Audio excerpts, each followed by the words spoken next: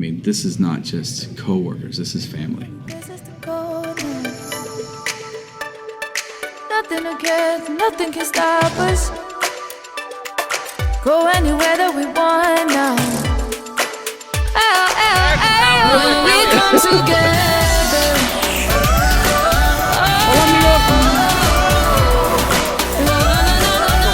That can last forever. When we come together.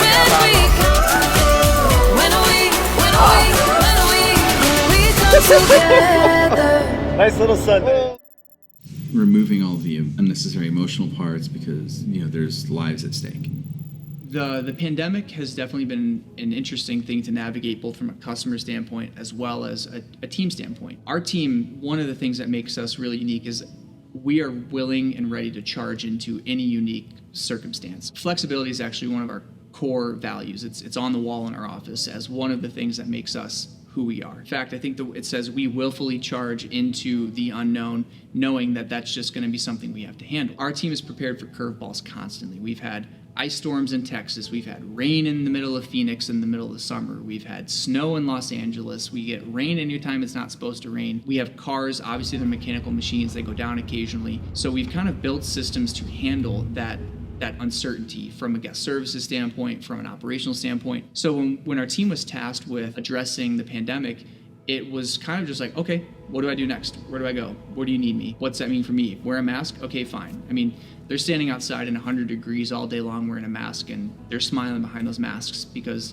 it's still, we're delivering the experience that we know is world class, and we know our customers are going to have a great time. Now with the mask, I gotta tell them I'm smiling, okay? I'm not. So if I tell them, okay, please stand in this line, don't move. I'm smiling usually, but now with the mask, they think that I'm serious, and they look at me. I'm like, I'm smiling. So it is like that. I had to make sure that people either I know that I'm playing with them to make them feel comfortable. I want to be their friend so they can feel comfortable, and people are really nice. People leave really happy. I get hugs. Even with the pandemic, I'm with my mask, but oh Juan, thank you so much, it was great. I'm like, okay, thank you for coming. So it is people feel comfortable with me, and that's a really good thing. That's what makes my job nicer and easier. When people leave and then they thank me and they happy, and then hugs and pictures, and that is what makes my job even better. There's customers that they're, I guess they've been in quarantine too long, and they get out of their houses, they want to do something, and that has been good for us. While we were in quarantine, we were still working in the cars. There were no events, so the tech department and I working on the cars, assessing all the little damages on the cars, techs working on the cars, and some people in the office just answering calls from customers. With the pandemic, this whole year has been very, very different from the previous years. We had a lull of about 3 months or so, maybe even a little bit longer, where we weren't traveling at all. So we're at the shop with all these cars, and we're like, okay, what do we do? You would think that there's nothing to do, but in fact, there's a bunch of stuff that we could do. It was just, catching up with all the maintenance on the cars, oil changes, brake flushes, things like that, and then also fixing all the little things that we've been meaning to get to. So like smaller things, like we had like a window switch that's broken that we wouldn't normally make that a priority to do, but things like that is like getting the cars back up to 100%. That time that we had down was actually quite beneficial to us, because now our fleet is in its most healthy state that it's ever been. Not only that, just operations and things going on at the shop, being able to implement a whole brand new inventory system, making sure we got parts in stock, things like that. So it was very, very weird part in time with the whole pandemic. I mean, obviously it's still going on. The whole program has changed, different protocols, things like that. But I think with that little break, we've been able to come out even stronger than we were before. Get my employees through it. They were in the thick of it. They were working from home. They were on their own. We met up at the office about once a week, probably more than any other department, just because they liked being together. And any day that we were doing mass moves, anywhere from 600 to 1,000 moves, we were all in the office together just so we could stay on track, they could feel supported.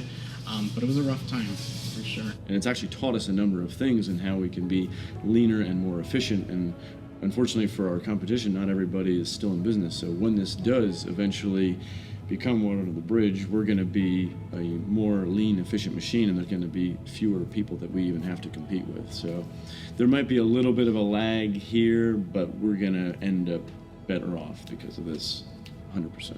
Meanwhile, there's definitely some people who have decided to sit out for the season and not come work with us, and that's absolutely understandable, whether it's because of a pre-existing condition or just genuinely just don't want to put themselves out there. I think some of those people who felt that way to begin with have now actually come out and started working with us, and again, they realized as soon as they show up that we're taking this seriously, we're spacing people out, we're putting them in masks, we're disinfecting everything. It's just a much more safe experience than you might imagine from the sideline.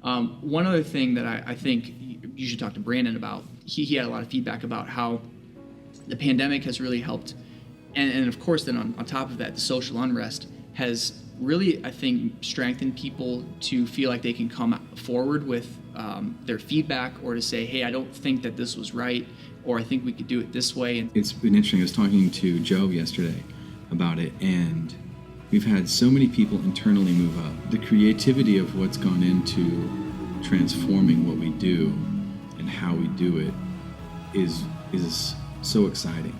That's the thing that I think that is going to be the major factor in how businesses pull through all of this craziness that's happening right now is creativity. People have been more empowered on our team to come forward and talk to the leadership team. You know, we're not sitting in the office where no one can reach us. There's been a constant dialogue of, hey, I think you guys decided to do it this way, but I think based on my experience that it would be better to try it this way, or I don't feel comfortable with this or that. And we're hearing what everyone has to say, and we're then making changes in real time based on our team's feedback. So it's been really interesting to see what leaders have emerged and who is really kind of stepping up. I was more concerned about making sure my team felt safe. I needed staff, and a lot of staff were shaky about, like, I don't want to go on the road. That's crazy. Why would we go do that? They're telling us to stay and, not go and do anything. So proving to my staff that we've got their best interests, not telling them or convincing them,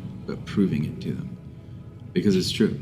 It's like I don't want anything to happen to my staff alone. That was I don't know if it was the hard part, but it was definitely the most weighty part, because once we had everything in play, it was a very easy thing for them to see and go, oh, okay, no problem. That was the hardest thing to overcome, besides the fact that we had to cram an entire year of events into half of a year. And that's the thing we're dealing with now, is the fatigue that incurs. When we had the first event that we were able to run, it was a sold-out event. And every event since that day after the pandemic, it's been a sold-out event. Every single event. People want to book. The majority of our events are sold out for the rest of the year.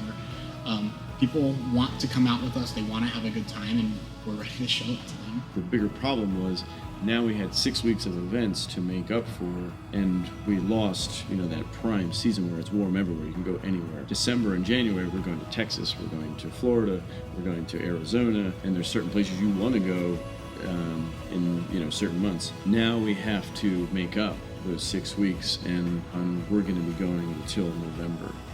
For Thanksgiving. So what is that? That's 2 full months, 2.5 full months. And we're looking at the next 2 months non-stop, or every single weekend the company is going somewhere. Doubling down events, shorter amount of time.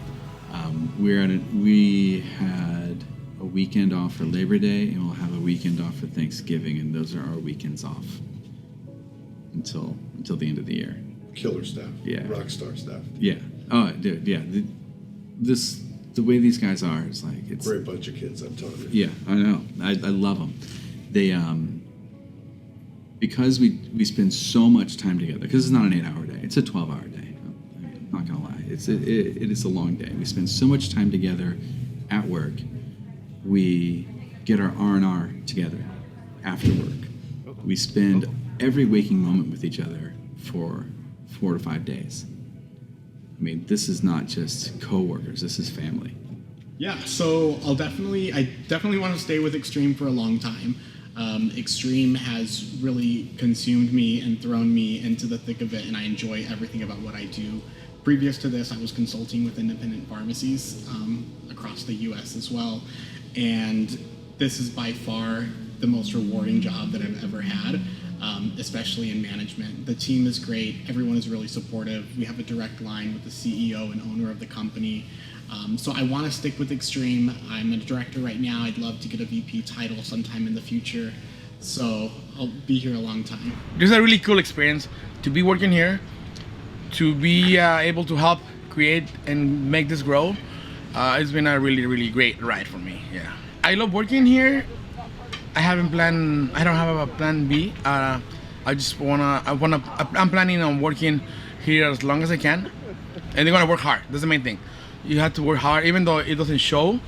We are working really hard since we get here in the morning until we leave at the end of the day. What I see for myself in the future, I would definitely like to see this department progress in a way where we start to do a lot of our major repairs in-house. Because right now we do, you know, suspension brakes, things like that. But when it comes to like engine swaps or like major engine work on the supercars, I would like to see all that start to come in-house, and that's something that'd be really great. Certainly one of the things that I've learned about this job is I've never been a team player. Team sports don't interest me. Never liked relying on anyone else for my success. That's just too many wild cards and not enough predictability and not enough control. And that's a hang up that I've dealt with my whole life. And when I came on here, I got put onto a team, and it was a tight, small team, and we all kind of had, of course, had the same interests and the similar skill sets and that sort of thing. It was interesting to watch how much just this small group relied on each other, and this little microcosm within this microcosm was like they're very reliant on each other. That was a huge thing. It was a lot of weight, and it was a lot of interesting like dynamic, and I was like, that's crazy. I've never relied on anybody like that before, and I've never had anybody really rely on me like that before. Our world-class team. I love to get to know our new employees. I like to get to catch up with the guys who have been around for a while and swap war stories about how things used to be, and just that camaraderie with our team. I really miss that frontline camaraderie. So it's great to get out and talk to the teams and just kind of sit back and see where things are. I love checking in to see and just kind of sit back and go, wow, we started this thing 8 years ago, and this is where we're at. So this trust thing that started to build within this small group of people in tech, and then when I became a general manager, I'm like, well, it's not just there. It's every department does that, and then the departments do that with each other. So there's this huge teamwork thing that I've been learning about that I admittedly just shocked and stunned at how well it works. I've never been a team player, but I am now. I think the future is so uncertain. I don't even know where we're going to be, but I think that we'll be in a better place when this is all said and done. A lot of elements about making this greater, while also looking at what else we can add onto it that would give our people a new challenge, that would be fun, that would take the excitement and the energy and the passion that we put into creating this new concept behind something else to help change the automotive industry. We've got some cool stuff in the works. I'll leave it at that for now. But that's where we see ourselves going in the next 3 years, and then the next 3 years, and the next 3 years, and the next 3 years will continue to look like that. But I'm not out of energy yet, they're not out of energy yet, and that's the most fun part as we come together and we all go, well, we built this out of nothing with nothing. We got it here, we're gonna keep growing it, but let's maintain that entrepreneurial spirit and continue to always be building stuff from nothing that can change the way that the automotive industry, or as we've coined it, the autotainment industry, works, functions, sees the future, and we believe wholeheartedly that as Xtreme Xperience, we're the future of that. I'm Adam Lalde. My name's Walter Smith. My name is Brandon York. I am Josh. My name is Ben, My name is Juan Leon, I'm Brian Bang. One of the chief instructors here. I'm a senior lead instructor for Director of Guest Services the Fleet Aesthetics. And I'm the lead technician I'm the event general manager at Xtreme Xperience. Xtreme Xperience. Xtreme Xperience for Xtreme Experience. for Xtreme Xperience. Co-founder and CMO of Xtreme Xperience. Founder, the owner, and the CEO right here at Xtreme Xperience. Kick up my shoes, it's crazy. Wish I was, but I'm not. Yeah, I got a lot of love from guys and girls and everybody. Oh, yeah, I'll definitely take that. Yeah, well, yeah. Appreciate it. Thank you. Appreciate it. Thank you so much for working around. I'm just a sucker for a happy ending.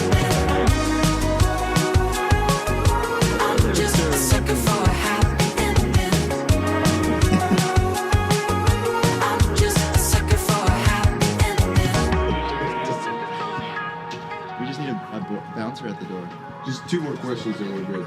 All right. Just, I guess, let my boss just talk about it. Okay. Oh, this is not part of the time. 100%. Every second Ah, there you go.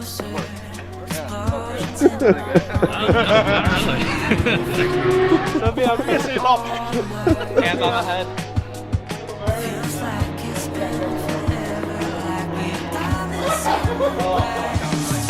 Kick up my shoes, it's spring, see I did wish I was, but I'm not pretending. I'm just a sucker for a happy ending. Keep the rope short, I can hardly breathe. Stuck between a dream and reality.